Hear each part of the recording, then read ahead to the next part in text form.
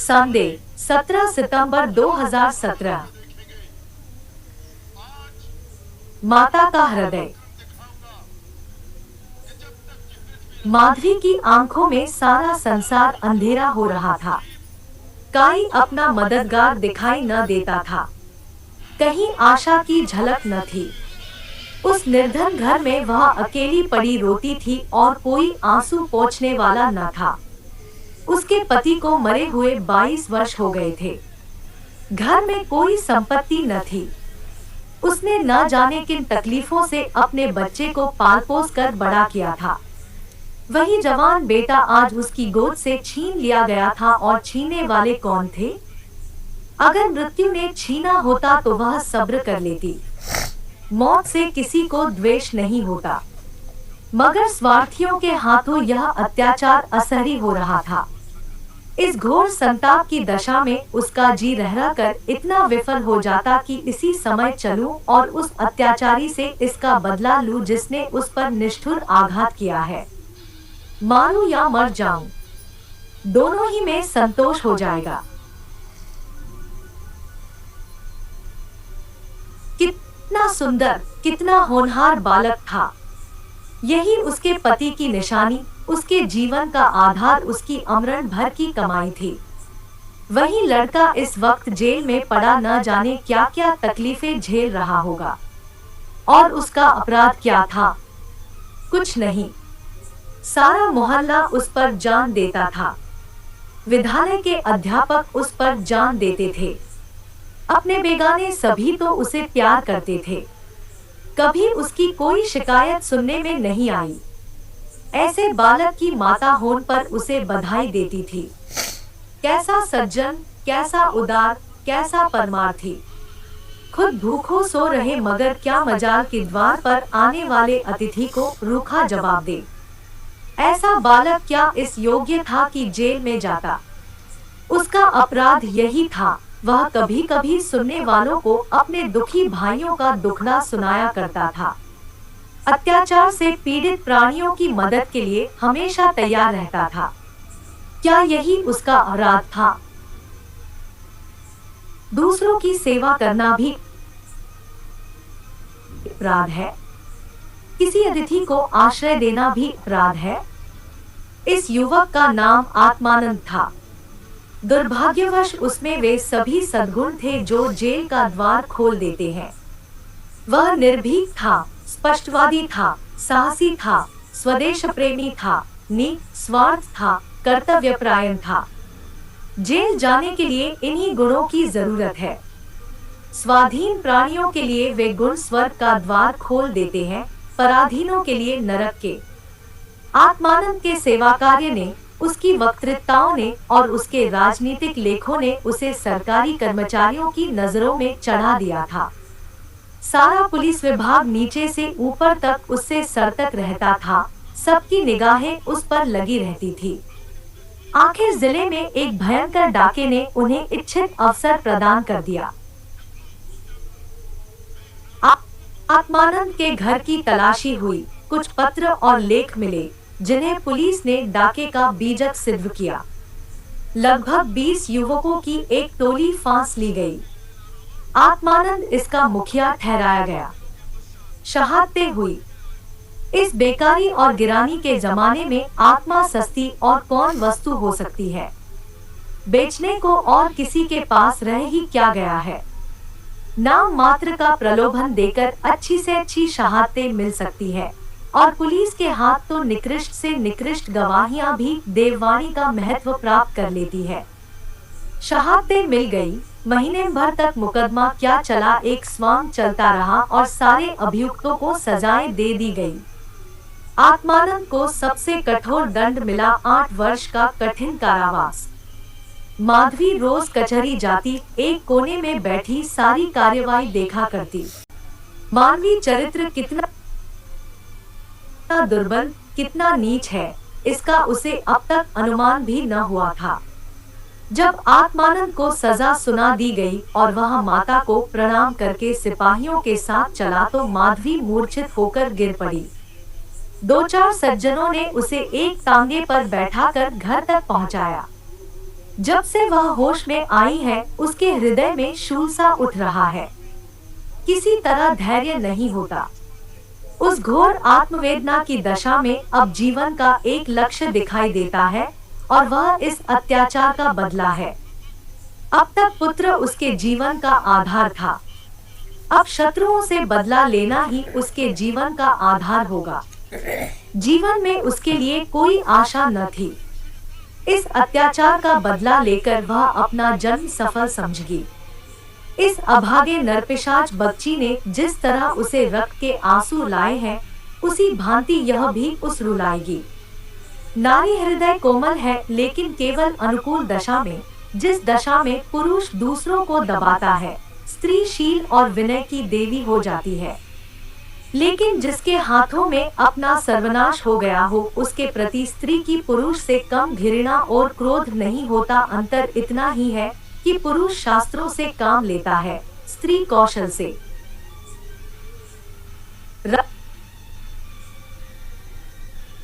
रात भीगती जाती थी और माधवी उठने का नाम न लेती थी।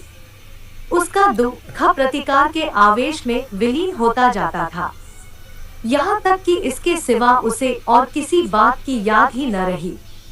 उसने सोचा, कैसे यह काम होगा। कभी घर से नहीं निकली। वैधव्य के 22 साल इसी घर कट गए, लेकिन अब निकलूंगी, जबरदस्ती निकलूंगी, भिखारिन बनूंगी, टहलनी बनूंगी, झूठ बोलूंगी, सब कुकर्म करूंगी। सत्कर्म के लिए संसार में स्थान नहीं। ईश्वर ने निराश होकर कदाचित इसकी ओर से मुंह फेर लिया है। जब ही तो यहाँ ऐसे ऐसे अत्याचार होते हैं और पापियों को दंड नहीं मिलता। अब इन्हीं हाथों से उसे दंड दूंगी। 2 संध्या का समय था। लखनऊ के एक सजे हुए बंगले में मित्रों की महफिल जमी हुई थी। गाना बजाना हो रहा था। एक तरफ आतिशबाजियां रखी हुई थी, दूसरे कमरे में मेजों पर खाना चुना जा रहा था। चारों तरफ पुलिस के कर्मचारी नजर आते थे। वह पुलिस के सुपरिंटेंडेंट मिस्टर बगीची का बंगला है। कई दिन हुए उन्होंने एक मार्के का मुकदमा जीता था। अफसरों ने खुश होकर उनकी तरक्की की दी थी और उसी की खुशी में यह उत्सव मनाया जा रहा था। यहाँ आए दिन ऐसे उत्सव होते रहते थे। मुफ्त के गवैये मिल जाते थे, मुफ्त की आतिशबाजी, फल और मेवे और मिठाइयाँ आधे दामों पर बाजार से आ जाती थी और चट दावतो हो जाती थी। दूसरों के जहाँ 100 लगते, वहाँ इनका 10 से काम चल जाता था। दौड़ धूप करने को सिपाहियों की फौज थी ही। और यह मार्के का मुकदमा क्या था? वह जिसमें निरपराध युवकों को बनावटी शहादत से जेल में ठूस दिया गया था। गाना समाप्त होने पर लोग भोजन करने बैठे। बेगार के मजदूर और पल्लेदार जो बाजार से दावत और सजावट के सामान लाए थे, रोते या दिल में गालियां देते चले गए थे। पर एक बुढ़िया अभी तक द्वार पर बैठी हुई थी और अन्य मजदूरों की तरह वह भून भुना कर काम न करती थी। हुक्म पाते ही खुशदिल मजदूर की तरह हुक्म बजा लाती थी। यह मधवी थी जो इस समय मजूरनी का वेश धारण करके अपना घातक संकल्प पूरा करने आई थी। मेहमान चले गए, महफिल उठ गई, दावत का सामान समेट दिया गया, चारों ओर सन्नाटा छा गया, लेकिन माधवी अभी तक वहीं बैठी थी। सहसा मिस्टर बागची ने पूछा, बुढ़ी तू यहाँ क्यों बैठी है? तुझे कुछ खाने को मिल गया? माधवी, हाँ हुजूर, मिल गया। बागची, तो जाती क्यों नहीं? माधवी, कहाँ जाऊं सरकार, मेरा कोई घरद्वार थोड़े ही है। हुकुम हो तो यहीं पड़ी रहूं। पाव भर आटे की परवस्ती हो जाए हुजूर। बच्ची नौकरी करेगी? वी, क्यों ना करूंगी सरकार, यही तो चाहती हूँ। बागची, लड़का खिला सकती है? माधवी, हाँ हजूर, बताएं, वही कर। 1 महीना गुजर गया। माधवी इतना तनमन से काम करती है कि सारा घर उससे खुश है। बहू जी का मिजाज बहुत ही चिड़चिड़ा है। वह दिन भर खाट पर पड़ी रहती है और बात बात पर नौकरों पर झल्लाया करती है, लेकिन माधवी उनकी घुड़कियों को भी सहज सह लेती है। अब तक मुश्किल से कोई दाई एक सप्ताह से अधिक ठहरी थी। माधवी का कलेजा है कि जलीकती सुनकर भी मुख पर मैल नहीं आने देती।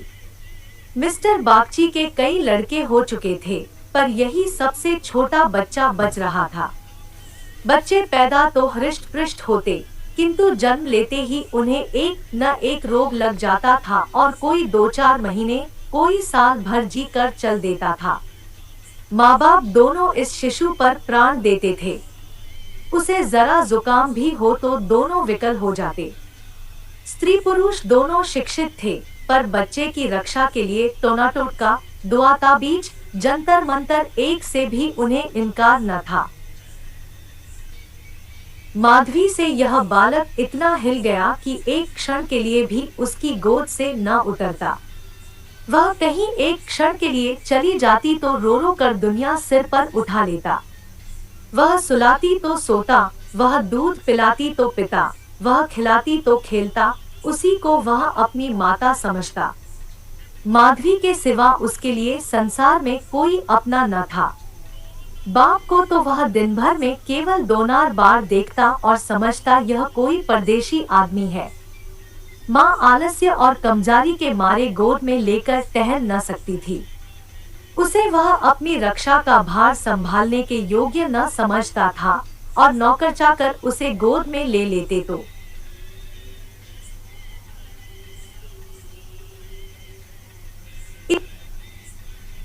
इतनी बेदर्दी से कि उसके कोमल अंगों में पीड़ा होने लगती थी। कोई उसे ऊपर उछाल देता था, यहाँ तक कि अबोध शिशु का कलेजा मुंह को आ जाता था। उन सबों से वह डरता था। केवल माधवी थी जो उसके स्वभाव को समझती थी। वह जानती थी कि कब क्या करने से बालक प्रसन्न होगा, इसलिए बालक को भी उससे प्रेम था। माधवी ने समझाया था यहाँ कंचन बरसता होगा, लेकिन उसे देखकर कितना विस्मय हुआ कि बड़ी मुश्किल से महीने का खर्च पूरा पड़ता है। नौकरों से एक एक पैसे का हिसाब लिया जाता था और बहुधा आवश्यक वस्तुएं भी टाल दी जाती थी। एक दिन माधवी ने कहा, बच्चे के लिए कोई तेज गाड़ी क्यों नहीं मंगवा देती? गोद में उसकी बाढ़ मारी जाती है। मिसेस बागजी ने कुटिल होकर कहा, कहाँ से मंगवा दूं? कम से कम 50 से 60 रुपए में आएगी। इतने रुपए कहाँ है? माधवी, मलकिन, आप भी ऐसा कहती है।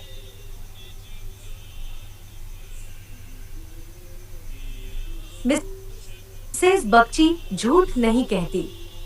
बाबूजी की पहली स्त्री से 5 लड़कियां और है। सब इस समय इलाहाबाद के एक स्कूल में पढ़ रही हैं। बड़ी की उम्र 15 से 16 वर्ष से कम न होगी। आधा वेतन तो उधार ही चला जाता है। फिर उनकी शादी की भी तो फिक्र है। 5 के विवाह में कम से कम 25,000 लगेंगे। इतने रुपए कहाँ से आएंगे? मैं चिंता के मारे मरी जाती हूँ।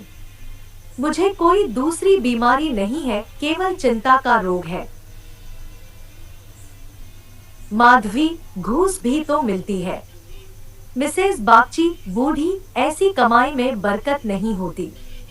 यही क्यों सच पूछो तो इसी घूस ने हमारी यह दुर्गति कर रखी है। क्या जाने औरों को कैसे हजम होती है। यहाँ तो जब ऐसे रुपए आते हैं तो कोई न कोई नुकसान भी अवश्य हो जाता है। एक आता है तो 2 लेकर जाता है। बार बार मना करती हूँ, हराम की कौड़ी घर में न लाया करो, लेकिन मेरी कौन सुनता है।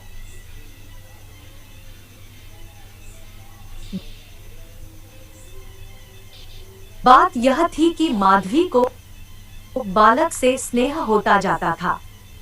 उसके अमंगल की कल्पना भी वह न कर सकती थी। वह अब उसी की नींद सोती और उसी की नींद जागती थी। अपने सर्वनाश की बात याद करके एक क्षण के लिए बागची पर क्रोध तो हो आता था और घाव फिर हरा हो जाता था, पर मन पर कुत्सित भावों का आधिपत्य न था। घाव भर रहा था, केवल ठेस लगने से दर्द हो जाता था। उसमें स्वन्य टीस या जलन न थी। इस परिवार पर अब उसे दया आती थी। सोचती, बेचारे यह छींचपट न करे तो कैसे गुजर हो। लड़कियों का विवाह कहाँ से करेंगे। स्त्री को जब देखो बीमार ही रहती है। उन पर बाबूजी को एक बोतल शराब भी रोज चाहिए। यह लोग स्वयं अभागे हैं। जिसके घर में 5-5 कुंवारी कन्याएं हो, बालक हो कर मर जाते हो, घरनी दा बीमार रहती हो, स्वामी शराब का तली हो, उस पर तो यो ही ईश्वर का कोप है। इनसे तो मैं अभागिन ही अच्छी। 4 दुर्बल बालकों के लिए बरसात बुरी बला है। कभी खांसी है, कभी ज्वर, कभी दस्त। जब हवा में ही शीत भरी हो तो कोई कहां तक बचाए। माधवी एक दिन आपने घर चली गई थी। बच्चा रोने लगा तो माँ ने एक नौकर को दिया, इसे बाहर बहला ला। नौकर ने बाहर ले जाकर हरी हरी घास पर बैठा दिया। पानी बरस कर निकल गया था। भूमि गीली हो रही थी। कहीं कहीं पानी भी जमा हो गया था। बालक को पानी में छपके लगाने से ज्यादा प्यारा और कौन खेल हो सकता है। खूब प्रेम से उमंग उमंग कर पानी में लौटने लगा नौकर बैठा और आदमियों के साथ गपशप करता घंटों गुजर गए। बच्चे ने खूब सर्दी खाई। घर आया तो उसकी नाक बह रही थी। रात को माधवी ने आकर देखा तो बच्चा खांस रहा था। आधी रात के करीब उसके गले से खुरखुर की आवाज निकलने लगी। माधवी का कलेजा सन से हो गया। स्वामिनी को जगाकर बोली, देखो तो बच्चे को क्या हो गया है। क्या सर्दी वर्दी तो नहीं लग गई। हाँ, सर्दी ही मालूम होती है। स्वामिनी हकबका कर उठ बैठी और बालक की खुरखराहट सुनी तो पांव तले जमीन निकल गई। यह भयंकर आवाज उसने कई बार सुनी थी और उसे खूब पहचानती थी। व्यग्र होकर बोली, जरा आग जलाओ। थोड़ा सा तंग आ गई। आज कहाँ जरा देर के लिए बाहर ले गया था, उसी ने सर्दी में छोड़ दिया होगा।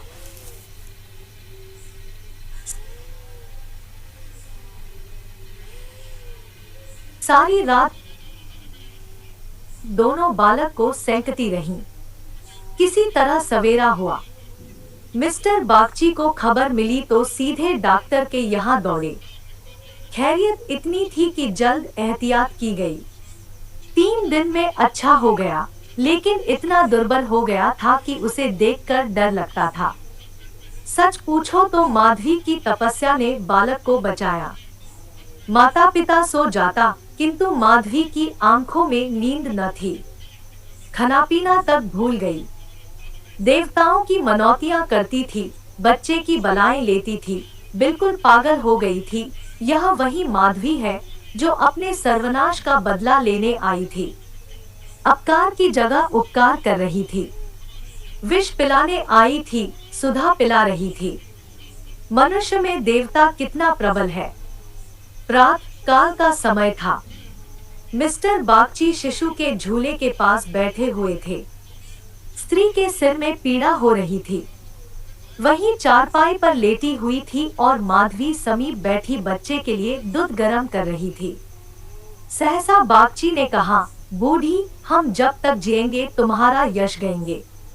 तुमने बच्चे को जिला लिया।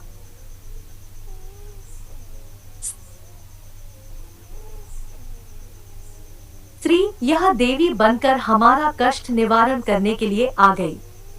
यह न होती तो न जाने क्या होता।